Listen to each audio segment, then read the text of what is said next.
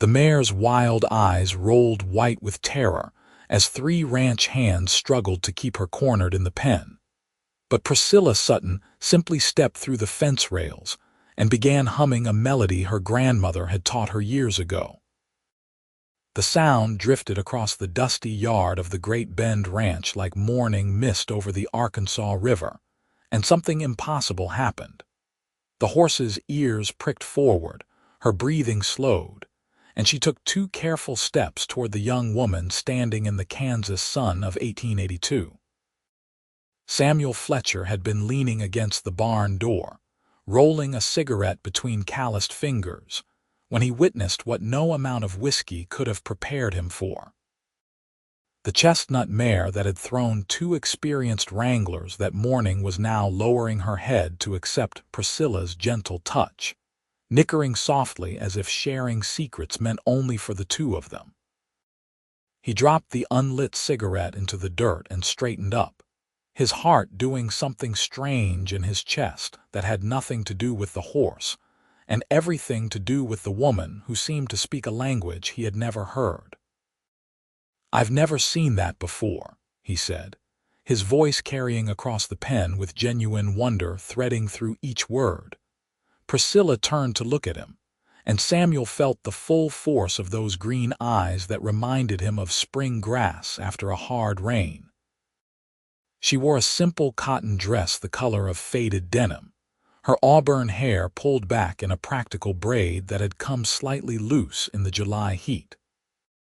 There was dirt on her hem and dust on her boots, but she carried herself with a quiet confidence that made her seem like she belonged exactly where she was standing. "Most people haven't," she replied, her hand still resting on the mare's neck. "My grandmother was Kansa. She taught me that horses have their own language, same as people. You just have to learn how to listen." Samuel walked closer to the fence, studying both woman and horse with equal fascination. He had been working ranches since he was 14 years old, nearly 10 years of breaking horses and mending fences and pushing cattle across open prairie. He thought he knew everything there was to know about handling livestock. This woman had just proven him spectacularly wrong. "What's she saying?" he asked, nodding toward the mare. Priscilla closed her eyes for a moment, her fingers moving in slow circles along the horse's coat. "She's scared. Someone hurt her before she came here, probably used a whip on her flanks. She doesn't trust men anymore, especially not their voices or their hands." Samuel felt his jaw tighten. He had seen too many horses ruined by impatient men who thought force was the only way to teach respect. "Can you help her?" "I can try," Priscilla said, "but it will take time. Trust doesn't come back overnight." The ranch owner, a weathered man named Jacob Morton, came striding across the yard with the purposeful gait of someone who had important business elsewhere. "Miss Sutton, I appreciate you settling her down, but I need to know if this horse is worth keeping or if I should cut my losses. I've got a buyer coming through next week, and I can't sell him a mare that'll kill whoever tries to ride her." Priscilla looked at the horse, then at Morton, then at Samuel. "Give me 2 weeks. If I can't gentle her by then, I'll tell you myself whether she's salvageable." Morton scratched his beard, considering. "You'll need help. Can't have you out here alone if she spooks again. Samuel, you've got a lighter hand than most of the boys. You assist Miss Sutton with whatever she needs." Samuel found himself nodding before he fully processed what he was agreeing to. 2 weeks working closely with a woman who could apparently talk to horses, and looked at him like she could see straight through to his bones. He told himself it was just curiosity, just professional interest in learning a new skill. But when Priscilla smiled at him, small and genuine, he knew he was lying to himself. They started the next morning at dawn, when the air was still cool and the ranch was quiet except for the distant lowing of cattle. Priscilla arrived at the pen carrying a worn leather satchel that clinked softly with each step. Samuel was already there, having barely slept through the night for thinking about green eyes and impossible conversations with horses. "You're early," she observed, setting down her bag and pulling out several glass bottles filled with what looked like oils and dried herbs. "Figured you might need the help," he said, which was true enough even if it wasn't the whole truth. Priscilla began mixing something in a small bowl, her movements practiced and precise. The scent of lavender and something sharper, maybe sage, filled the morning air. This will help calm her nervous system. Horses respond to scent even more than they do to sound sometimes. Samuel watched as she rubbed the mixture between her palms and then approached the mare, who had been standing at the far end of the pen. Instead of walking straight at the horse, Priscilla moved at an angle, her posture relaxed, her breathing deliberately slow. She began humming again, that same melody from yesterday, and the mare's ears swiveled toward her. "What's that song?" Samuel asked quietly. "It's very old. My grandmother said it was sung by the prairie itself, carried on the wind." "I don't know if that's true, but the horses seem to recognize it somehow, like they remember it in their blood." The mare allowed Priscilla to come close enough to rub the mixture along her neck and shoulders.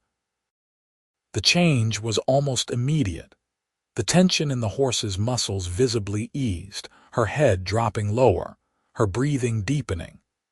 Priscilla kept humming, kept moving her hands in those slow, circular patterns, and gradually the mare's eyes half closed in something that looked like contentment. "Your turn," Priscilla said, glancing at Samuel. "Me." He straightened up from where he had been leaning on the fence. "I don't know your grandmother's songs. You don't need to sing, you just need to approach her the way I did. Let her see you're not a threat. Move like water, not like stone." Samuel climbed into the pen, his heart beating faster than it should for a task he had done 1,000 times before. But this felt different. This felt like a test he desperately wanted to pass, though he wasn't entirely sure what the prize would be if he succeeded. He copied Priscilla's angled approach, keeping his shoulders loose, his hands visible and empty. The mare watched him with one dark eye, her body still relaxed from Priscilla's ministrations but clearly aware of this new presence.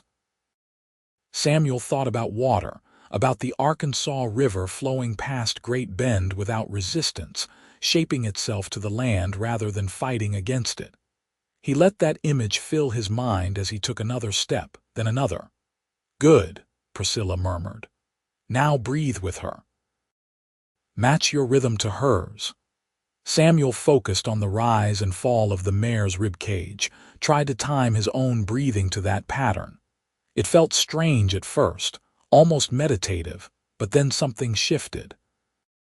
He could sense the exact moment the horse stopped seeing him as a potential threat and started seeing him as simply another creature sharing her space. His hand made contact with her shoulder, and she didn't flinch.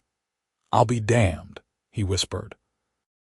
Priscilla smiled, and the morning sun caught in her hair like fire. Language is the same no matter what form it takes. You just have to be willing to speak it.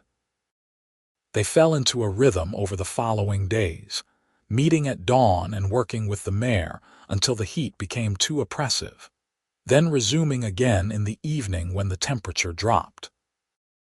Samuel learned to read the subtle signs that Priscilla pointed out: the angle of an ear, the tension in a tail, the quality of a horse's breathing.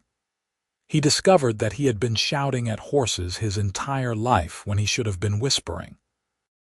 But more than that, he learned about Priscilla herself. She had grown up in Great Bend, the daughter of a schoolteacher mother and a father who had worked at the flour mill until consumption took him 3 years ago. Her grandmother had lived with them until her death the previous winter, and it was from this woman that Priscilla had inherited her gift with animals. She was 22 years old, unmarried despite the efforts of several local men to court her, and she had a laugh that reminded Samuel of water flowing over stones. "Why haven't you married?"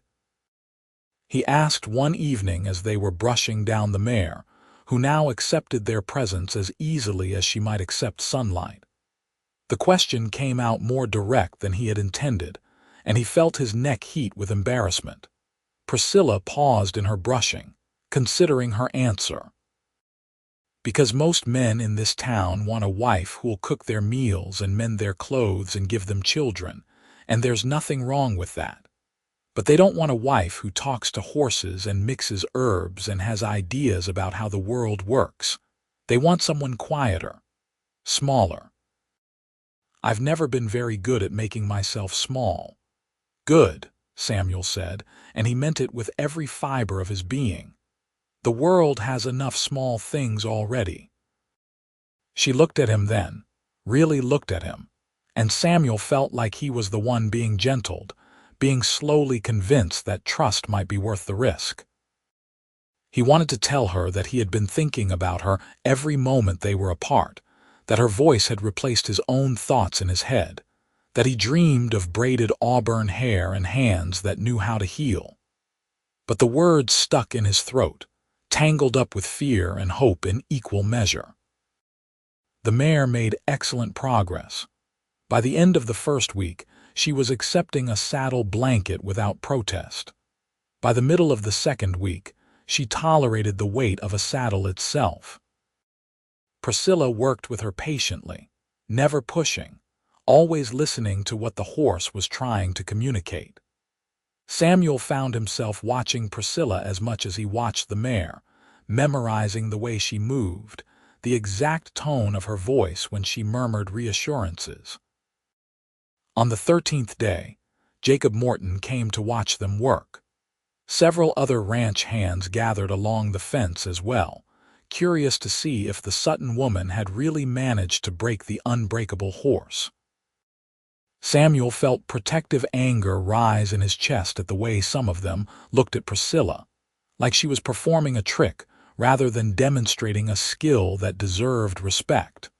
Priscilla either didn't notice or didn't care. She led the mare around the pen with nothing but a simple rope halter, the horse following her as obediently as a dog. Then she stopped, ran her hand along the mare's neck, and in one fluid motion swung herself up onto the horse's bare back. Samuel's breath caught. They hadn't discussed this. He wanted to shout at her to be careful, to wait, to let him test the horse first. But Priscilla sat there calmly, her legs relaxed against the mare's sides, her posture perfect. She leaned forward slightly and whispered something Samuel couldn't hear. The mare began to walk, then trot. Then, impossibly, she moved into a smooth canter around the pen, Priscilla riding her as easily as if they had been partners for years instead of days. The watching ranch hands let out impressed whoops and hollers, but Samuel stayed silent, his heart in his throat, his hands gripping the fence rail hard enough to hurt. When Priscilla finally slowed the mare and slid down, her face was flushed with exertion and triumph. Morton was grinning, already calculating the increased value of a horse that could be ridden by someone with actual skill. But Samuel was already moving, climbing into the pen before he could second-guess himself. "Don't you ever do something that dangerous without warning me first," he said, and his voice came out rougher than he intended, scraped raw with fear and something deeper. Priscilla blinked at him, surprised. "She wasn't going to hurt me. I knew she was ready." "I didn't know," Samuel said. He stopped, aware they had an audience, aware that what he wanted to say would change everything between them. "I need you to be careful." Understanding flickered across her face, followed by something that looked like wonder. "Why, Samuel Fletcher? Why do you need me to be careful?" He could feel the weight of a dozen pairs of eyes watching them, could hear the beginning whispers and speculative murmurs. His reputation as a sensible, steady ranch hand was probably about to be shredded. He discovered he didn't care even a little bit. "Because I think I'm falling in love with you," he said, and the words fell into the dusty air between them like stones into still water, creating ripples that would spread outward and change the shape of everything. And I've never been so terrified of anything in my entire life. The whispers stopped. The whole ranch seemed to hold its breath. Priscilla stood there with dirt on her dress and triumph in her eyes, and Samuel watched her expression shift through surprise to something warm and bright and absolutely devastating. "Well," she said softly, taking a step closer to him, "that's fortunate, because I've been falling in love with you since you dropped your cigarette in the dirt and looked at me like I had just shown you magic." Samuel reached for her hand, and when their fingers laced together, it felt like the most natural thing in the world.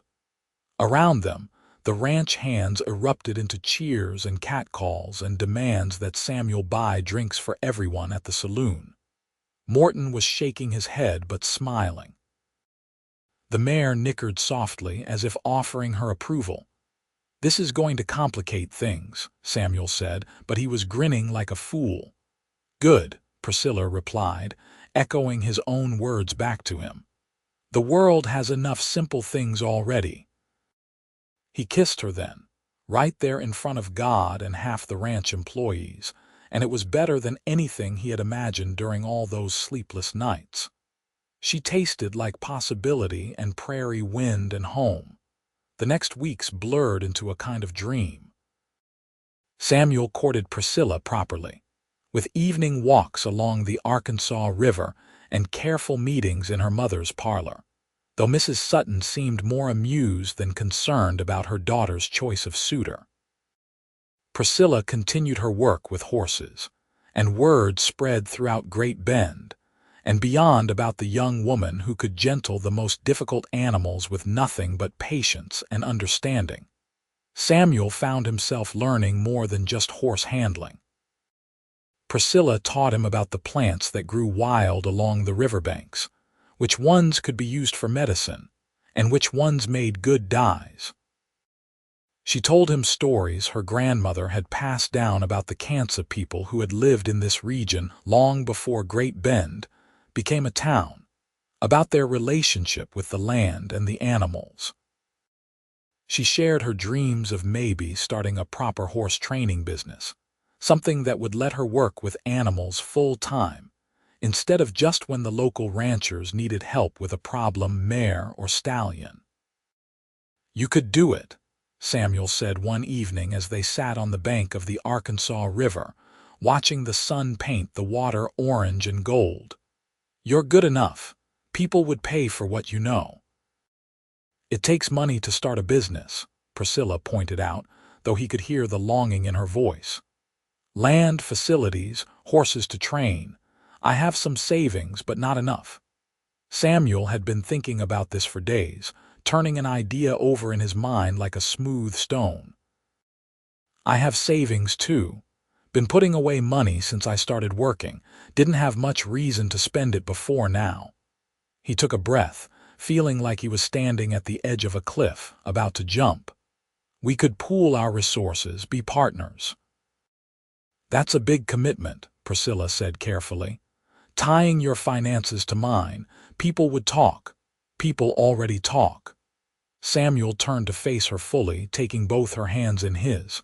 "And I have a solution for that if you're willing to hear it." Her eyes widened slightly, and he could see her quick mind already racing ahead to where he was going with this. "Samuel, marry me," he said, and the words came easier than he expected, probably because they felt so absolutely right. "I know we've only been courting a few weeks, but I've never been more sure of anything. I want to build something with you, Priscilla. Not just a business, but a life. I want to wake up next to you every morning and learn all the things you know and teach you the things I know. I want to watch you work miracles with horses and tell our children stories about their great-grandmother who listened to the prairie. I want everything, if you'll have me." Priscilla's eyes had gone bright with tears, but she was smiling so wide it looked like it must hurt. "Yes," she said, and then louder, "Yes, you impossible man, of course I'll marry you." Samuel pulled her close and kissed her while the Arkansas River flowed past and the Kansas prairie stretched out around them, vast and full of promise. He had spent 24 years being sensible and practical, making careful decisions and taking calculated risks. Loving Priscilla Sutton was neither sensible nor practical, but it was the best decision he had ever made. They were married in September, when the heat had finally broken and the air carried the first hints of autumn. The wedding took place in the small church on Main Street, with what felt like half of Great Bend in attendance. Morton gave Priscilla away, since her father was gone and her mother stood tearfully in the front pew. Samuel's parents had traveled from their farm outside of Hutchinson, and his mother kept dabbing at her eyes with a handkerchief while his father gripped his shoulder and told him he was a lucky man. Samuel knew it. He felt the luck running through his veins like lightning as he stood at the altar and watched Priscilla walk toward him in a dress the color of cream, with wildflowers woven into her braided hair. He felt it when he slipped a simple gold band onto her finger and she did the same for him. He felt it when the preacher pronounced them man and wife, and he was finally allowed to kiss her as thoroughly as he had been dreaming about for weeks. The reception was held at Morton's ranch, with tables set up in the yard and lanterns hung from every available post and branch. Someone had brought a fiddle, and there was dancing and laughter and more food than Samuel had seen in one place since the last harvest festival. He danced with his bride until his feet ached, then kept dancing anyway because the feeling of her in his arms was worth any amount of physical discomfort.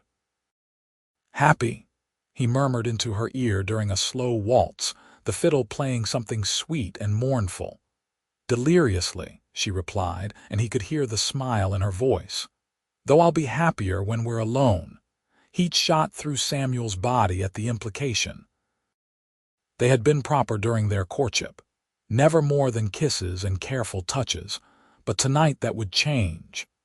Tonight she would be fully his, and he would be fully hers, and the thought made his hands shake slightly where they rested on her waist. They left the reception as soon as it was socially acceptable, amid cheers and thrown rice and ribald suggestions that made Priscilla blush and Samuel's ears burn. He had rented a room at Great Bend's nicest hotel for the night, a luxury they couldn't really afford but one he had insisted on anyway. Tomorrow they would move into the small house they had purchased on the edge of town, close enough to be convenient but far enough to have space for the horse training facilities they planned to build. But tonight was just for them. Samuel carried Priscilla over the threshold of the hotel room, making her laugh breathlessly. He set her down gently, and suddenly they were both nervous, looking at each other like teenagers instead of married adults. The room was nice, with a real bed and clean linens and a window that looked out over the quiet street. "I've never done this before," Priscilla said softly, and Samuel loved her even more for her honesty. "Neither have I," he admitted, "but I figure we'll learn together, same as everything else." She smiled at that, some of the nervousness easing from her shoulders. "I suppose we're good at learning together." Samuel closed the distance between them and kissed her gently, giving her time to pull away if she wanted, but she didn't pull away. Instead, she leaned into him, her arms coming up to wrap around his neck, and the kiss deepened into something that made his head spin. His fingers found the buttons of her dress, fumbling slightly, and she helped him with hands that shook just a little. They undressed each other slowly, reverently, discovering the landscape of each other's bodies with wonder and care. Samuel had never felt anything like the softness of her skin under his calloused hands, had never known that intimacy could be both thrilling and tender at the same time. When they finally came together, it was with whispered words of love and reassurance, with patience and trust, and the absolute certainty that they were exactly where they were meant to be. Afterward, they lay tangled together in the hotel bed, Priscilla's head on Samuel's chest, his fingers playing idly with her unbound hair. The sounds of Great Bend filtered through the window. Distant piano music from a saloon, the clip-clop of a late horse and wagon, someone laughing. But inside their room, everything was quiet and perfect. "We're going to build something amazing," Priscilla murmured sleepily. "I can feel it." Samuel pressed a kiss to the top of her head. "We already have." They moved into their new house the next day, a modest structure with 2 bedrooms, a kitchen, a parlor, and most importantly, a large plot of land behind it. Samuel and some of the ranch hands from Morton's place spent the next several weeks building a proper barn and training pen, while Priscilla worked on designing a system that would allow them to handle multiple horses at different stages of training. By November, Fletcher Horse Training was officially open for business. Their first client was a farmer from Ellenwood who had a young gelding with a tendency to bolt. Priscilla worked with the horse for 3 weeks, and by the end, the animal was steady and responsive. The farmer paid them handsomely and spread the word to his neighbors. More clients followed. A cattleman from Pawnee County brought 2 horses that had been abused by their previous owner. A banker's wife wanted her mare trained for side-saddle riding. A traveling preacher needed his wagon horse to be more reliable on rough roads. Priscilla took each case seriously, spending hours with every animal, listening to what they needed, adapting her methods to suit their individual temperaments. Samuel handled the business side of things while also continuing to work part-time at Morton's ranch for steady income. He managed the books, scheduled appointments, maintained the facilities, and learned everything Priscilla would teach him about her methods. He discovered he had a gift for the financial aspects of running a business, and between his organizational skills and Priscilla's talent with horses, they made an excellent team. Winter came hard and early that year, with snow starting in December and barely letting up through January. Work slowed but didn't stop entirely. Some clients still needed help despite the cold, and the horses already in their care required daily attention regardless of weather. Samuel and Priscilla bundled up in layers and went about their work, then returned to their warm house to thaw out by the fire. It was during one of those cold evenings, with snow falling thick outside the windows, that Priscilla told Samuel she was pregnant. She said it quietly, nervously, watching his face for his reaction. Samuel felt like his heart might burst straight out of his chest with joy. He picked her up and spun her around their parlor, making her laugh and protest that he would make her dizzy. "We're having a baby," he kept saying, like he couldn't quite believe it was real. "We're going to be parents." "In July, if I'm calculating right," Priscilla said, her hand resting on her still flat stomach. "Right in the middle of our busy season." "We'll manage," Samuel promised. "We'll figure it out together." They did figure it out, though pregnancy made Priscilla more tired than usual, and Samuel insisted she take on fewer, physically demanding tasks. She argued at first, hating to feel limited, but eventually agreed when he pointed out that taking care of herself was taking care of their child. She focused more on the initial assessment and gentling work, leaving the riding and more strenuous training to Samuel and the part-time help they had hired. Spring arrived with mud and new grass and horses that needed training before the summer working season. Business boomed. Word had spread throughout central Kansas about the woman who could talk to horses, and people were willing to travel considerable distances to bring their problem animals to her. Samuel had to expand their facilities, building a second training pen and a larger barn. Their daughter was born on a sweltering July afternoon in 1883, with the midwife coaching Priscilla through hours of labor while Samuel paced the parlor wearing a path in the floorboards. When he finally heard the baby's cry, he felt tears running down his face. The midwife led him into the bedroom, where Priscilla lay exhausted but radiant, holding a tiny bundle wrapped in soft cotton. "Meet Catherine," she said, and Samuel's throat tightened because they had decided to name their first daughter after Priscilla's grandmother, the woman who had taught her to listen to horses. Samuel held his daughter for the first time and felt the entire world shift on its axis. She was so small, so perfect, with a tuft of auburn hair and eyes that would eventually turn the same green as her mother's. He made silent promises to this tiny person, to keep her safe, to teach her everything he knew, to make sure she grew up knowing she was loved beyond measure. Catherine proved to be a happy baby, content to nap in a cradle near wherever her parents were working. As she grew older, she seemed to inherit her mother's gift with animals.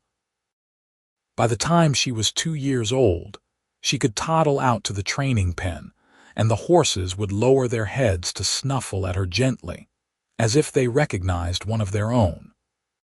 "She's going to be even better at this than I am," Priscilla said one afternoon, watching their daughter carefully pet a gelding's nose while Samuel spotted her closely. "That's because she has the best teacher," Samuel replied, pulling his wife close. Their business continued to thrive. By Catherine's 3rd birthday, they were training horses for clients as far away as Dodge City and Topeka. Samuel hired 2 full-time assistants to help with the increased workload, and Priscilla began offering lessons to people who wanted to learn her gentling techniques. She discovered she enjoyed teaching almost as much as she enjoyed working directly with horses. Life wasn't always easy. There were difficult horses that tested even Priscilla's considerable patience. There were months when money was tight, and they worried about making payments on their expanded facilities. There were sleepless nights when Catherine was sick, and days when the Kansas weather seemed determined to destroy everything they had built. But through it all, Samuel and Priscilla faced every challenge together, their partnership growing stronger with each obstacle they overcame. In 1886, Priscilla gave birth to their second child, a son they named Joseph. He had Samuel's dark hair and serious eyes, and he approached the world with careful consideration rather than Catherine's fearless enthusiasm. Where Catherine wanted to touch every horse she saw, Joseph preferred to watch from a safe distance, studying their movements and behaviors with an analytical mind that reminded Samuel of himself.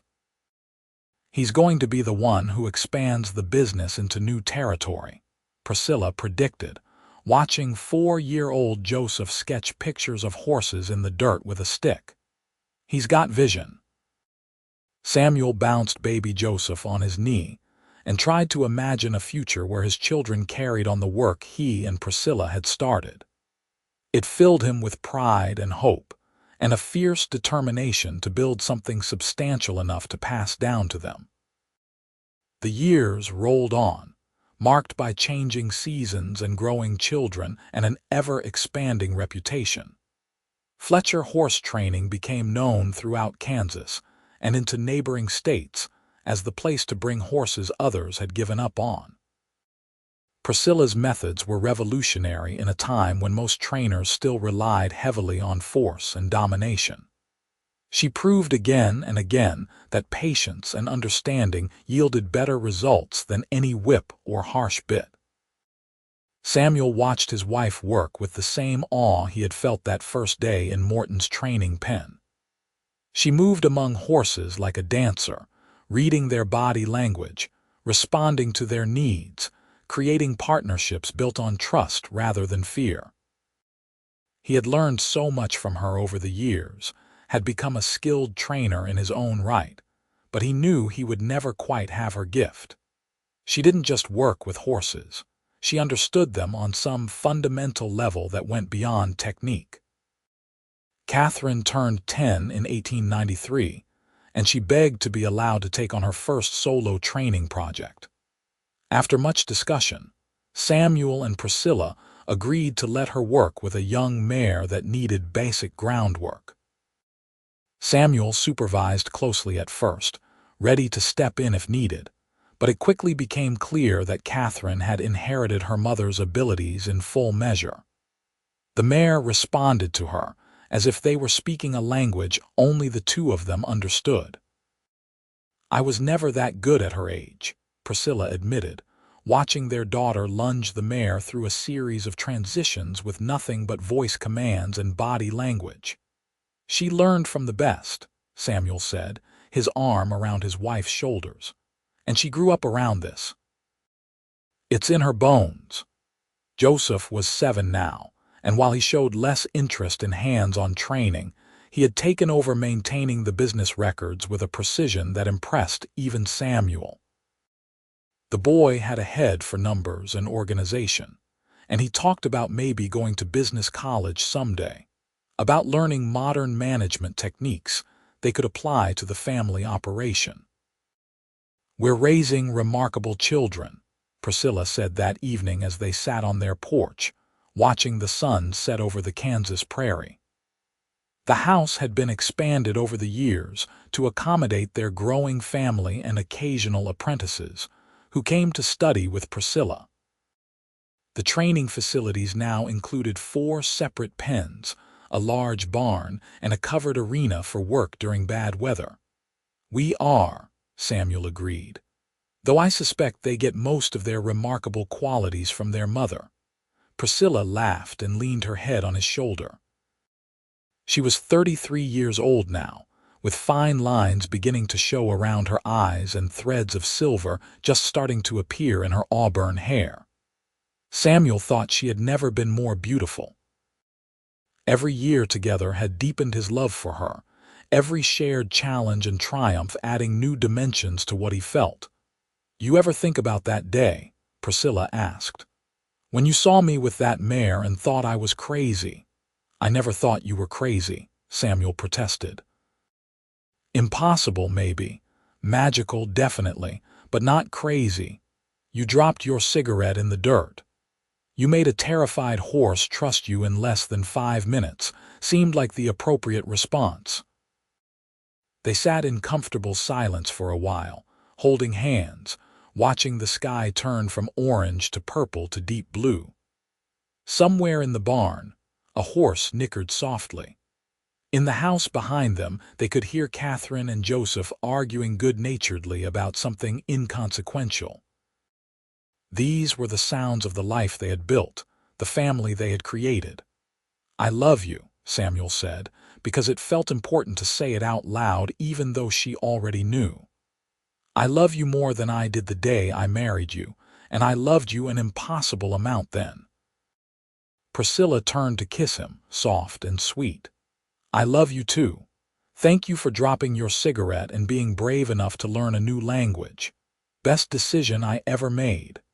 As the stars began to emerge in the darkening sky, Samuel Fletcher reflected on the path his life had taken. He had been a simple ranch hand with no particular ambitions beyond steady work and fair pay. Then, Priscilla Sutton had stepped into a training pen and shown him that there were other ways to move through the world, other languages to speak, other kinds of courage worth cultivating. She had taught him that strength came in many forms, and that sometimes the bravest thing you could do was listen. They had built something lasting together, something that would outlive them and continue through their children, and perhaps their children's children. Fletcher Horse Training wasn't just a business. It was a legacy of compassion and understanding, a testament to what could be accomplished when you approach the world with an open heart. The mare from that first day, the terrified chestnut that had started everything, lived out her retirement in their back pasture. She was old now, gray around her muzzle, but she still came when Priscilla called, still trusted the woman who had first shown her that humans could be kind.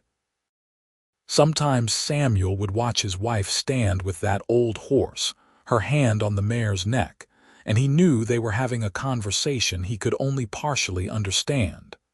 But that was all right. He had learned enough. He had learned to move like water instead of stone, to breathe in rhythm with another being, to trust in things that couldn't be explained by logic alone. He had learned that love was the ultimate act of gentling, a patient coaxing of hearts into trust and partnership.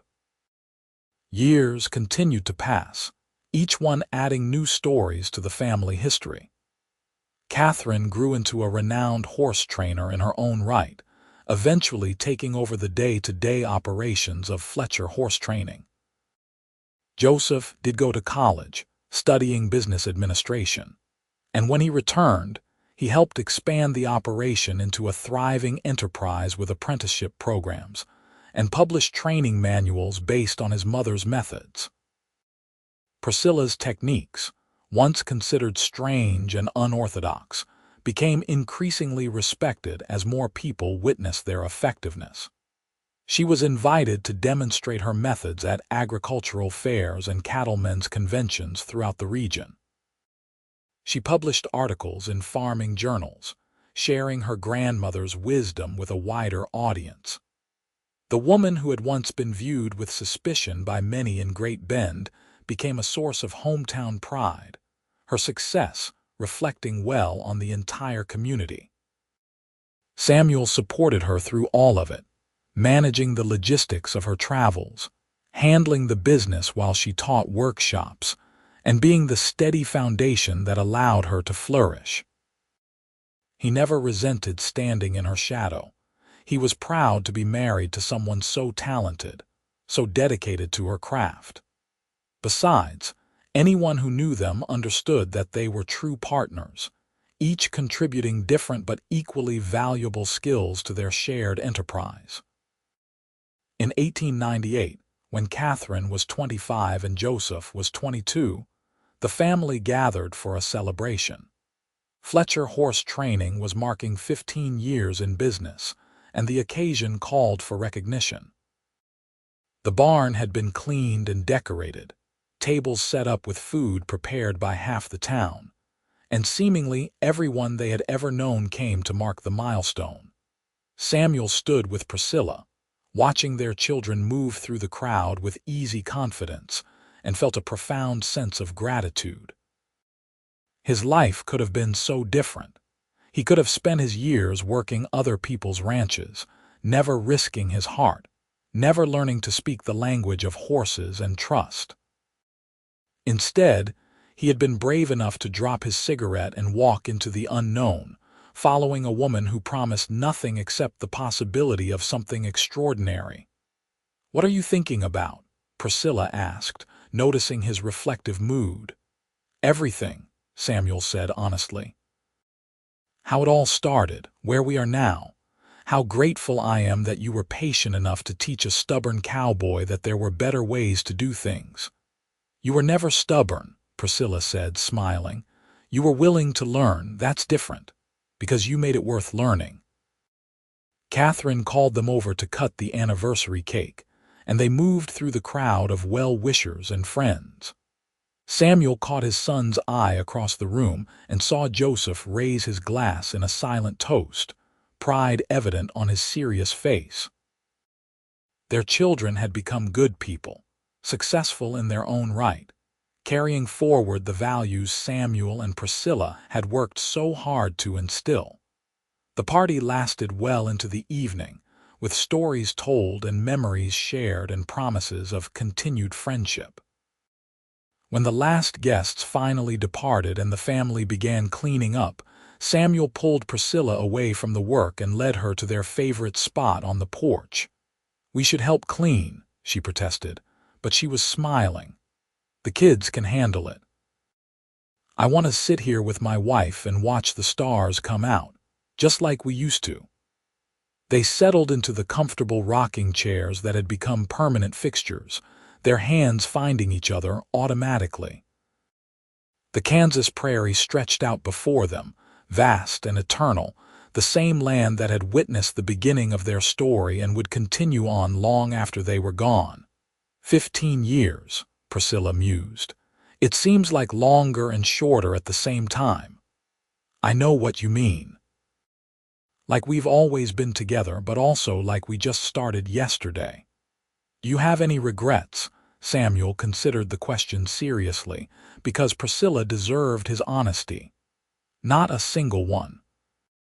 Every choice that led me to you, every risk we took, every challenge we faced, I'd do it all again exactly the same way. Even the time that stallion kicked down half the barn and we had to rebuild in the middle of winter, even that, made for a good story later. Even when money was so tight we were eating beans for dinner 6 nights a week, even then, we were eating them together. Priscilla laughed, that same laugh that had captivated him from the beginning. You're incorrigibly sentimental, only about you. The truth was that Samuel had become sentimental about many things over the years. About the land they had built their life on, about the horses they had helped, about the community they had become part of. But most of all, he was sentimental about the woman sitting next to him, who had taken his rough edges and gentled them without breaking his spirit, who had shown him that true strength came from understanding rather than force. More years passed, as they always do. Samuel and Priscilla gradually stepped back from the day-to-day operations of Fletcher horse training, trusting Catherine and Joseph to carry the business forward. They remained available for consultations and still worked with particularly challenging cases, but they also allowed themselves more time to simply enjoy each other's company. They traveled some, taking trips to Denver and Santa Fe, and once all the way to California to see the Pacific Ocean.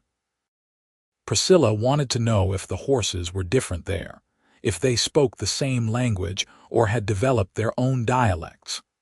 Samuel just wanted to see his wife's face when she first glimpsed the vast expanse of blue water. Her expression of wonder made the entire long journey worthwhile. Catherine married a fellow horse trainer she met at an agricultural convention, a kind man named Marcus who understood her dedication to her work. They gave Samuel and Priscilla their first grandchild in 1902, a boy with Catherine's green eyes. Joseph married as well, choosing a schoolteacher with a sharp mind and a warm heart, and together they had twin daughters who kept everyone thoroughly entertained with their antics. Samuel and Priscilla became the family's anchor, the center around which everyone else orbited. Sunday dinners at their house became tradition, with multiple generations gathering around their expanded table, sharing food and stories and laughter. Samuel would sit at the head of that table and look at the faces of his children and grandchildren, and feel overwhelmed by the richness of the life he had been fortunate enough to live. "You've gone sentimental again," Priscilla would tease, catching his expression. "Can you blame me? Look what we made." "We made a family," she would agree, her hand finding his. "We made something that will last." In 1905, the old chestnut mare died peacefully in her sleep, having lived far longer than most horses could expect. Priscilla found her in the morning and stood there for a long time, her hand on the mare's still neck, saying goodbye to the horse that had started everything. Samuel came out to find her crying silently, and he held her while she grieved. "She had a good life," he said quietly. "Because of you, she had years of peace and care. That matters." "I know," Priscilla said, wiping her eyes. "I just keep thinking about that first day, how scared she was, how much she had been hurt. I'm glad we could give her something better."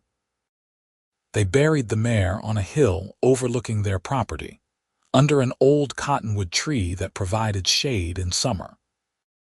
A simple marker noted her name and years, but the real memorial was the legacy of gentleness she represented, the beginning of a philosophy that had changed countless lives, both human and animal. Time continued its inexorable march. Samuel's hair went completely gray, then white, and his joints complained on cold mornings.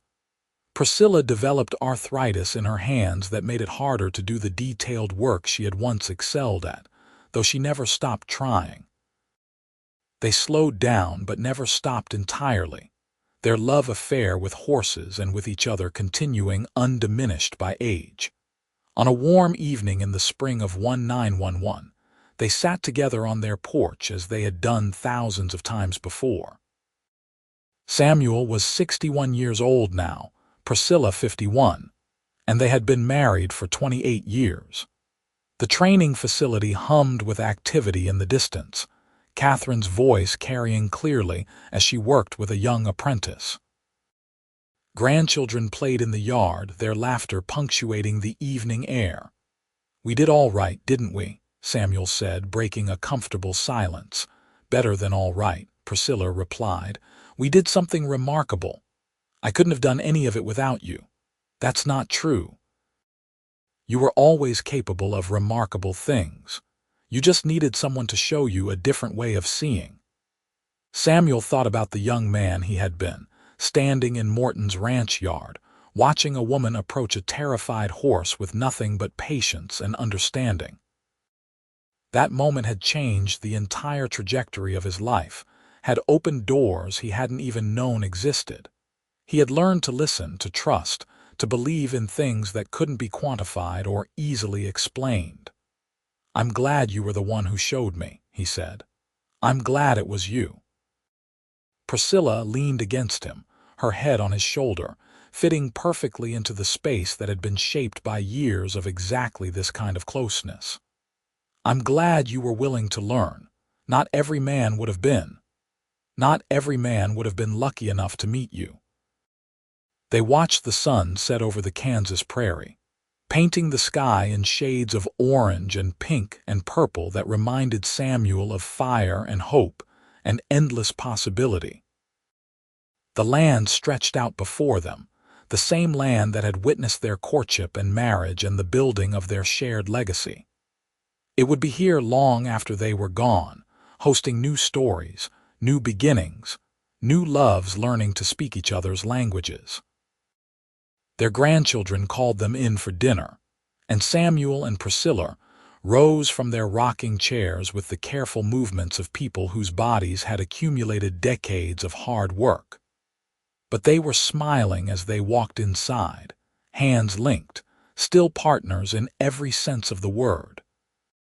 The years that followed brought both joy and loss. Friends passed away, as did Samuel's parents and eventually Priscilla's mother. Each loss reminded them of time's passage, of the preciousness of the days they had been given. But there were also celebrations. More grandchildren, the expansion of Fletcher horse training to include a breeding program, Catherine's induction into the Kansas Horse Trainers Hall of Fame for her pioneering work continuing her mother's methods. Samuel and Priscilla moved into their 70s with grace if not always with ease. Samuel's hands shook slightly now, making it harder to work with the fine leather of bridles and halters. Priscilla's eyesight wasn't what it once was, forcing her to rely more on her other senses when evaluating horses. But they adapted, as they had always adapted, finding new ways to contribute even as age limited their capabilities. On their 40th wedding anniversary in 1923, the entire extended Fletcher family gathered for a celebration that the local newspaper covered, dubbing Samuel and Priscilla Great Ben's first couple of horse training. There were speeches and toasts and a cake large enough to feed an army. Catherine stood up and told the story of her parents' meeting, the tale of the terrified mare and the cowboy who had never seen anything like what her mother could do. "They built their entire life on trust," Catherine said, her voice thick with emotion. "Trust in each other, trust in their methods, trust that there were better ways to do things than the ways they had always been done. They taught me that courage isn't about force or domination. It's about being willing to listen, to change, to grow. Everything I am, everything this family has become, started with a woman who could talk to horses and a man who was brave enough to believe her. Samuel held Priscilla's hand under the table and blinked back tears. He had never been comfortable being the center of attention, but he couldn't deny the truth in his daughter's words. Trust had been the foundation of everything, the bedrock upon which they had built their marriage and their business and their family. He had trusted Priscilla to teach him a new way of seeing, and she had trusted him to be her partner in bringing that vision to life. "Thank you," Priscilla whispered to him during a quiet moment later in the evening, "for taking a chance on a strange woman who talked to horses. Thank you for being patient with a stubborn cowboy who didn't know what he was missing," Samuel replied. They danced that night, slowly and carefully, Samuel's arm around Priscilla's waist, her head on his shoulder. The fiddle played the same song that had been performed at their wedding 40 years earlier, and if their steps weren't as sure as they once had been, their connection was stronger than ever. Samuel Fletcher died peacefully in his sleep in January of 1927, at the age of 77. He simply went to bed one night and didn't wake up the next morning, his heart having finally decided it had beaten enough times. Priscilla found him there, looking peaceful, and she sat with him for a long time, holding his cold hand and saying all the things she needed to say. The funeral drew people from across Kansas and beyond. Morton's ranch had long since changed ownership, but representatives came to pay their respects. Horse trainers who had studied Priscilla's methods traveled from distant states to honor the man who had helped build Fletcher horse training into what it had become. The church couldn't hold everyone who wanted to attend, so speakers were set up outside for the overflow crowd. Catherine delivered the eulogy, speaking of her father's quiet strength, his unwavering support, his willingness to learn and change and grow. She talked about how he had never sought the spotlight but had been content to help his wife shine, understanding that her success was his success because they were truly partners. She spoke of his love for his family, his dedication to his work, his fundamental decency as a human being. But it was Priscilla, now 77 herself, who had the last word.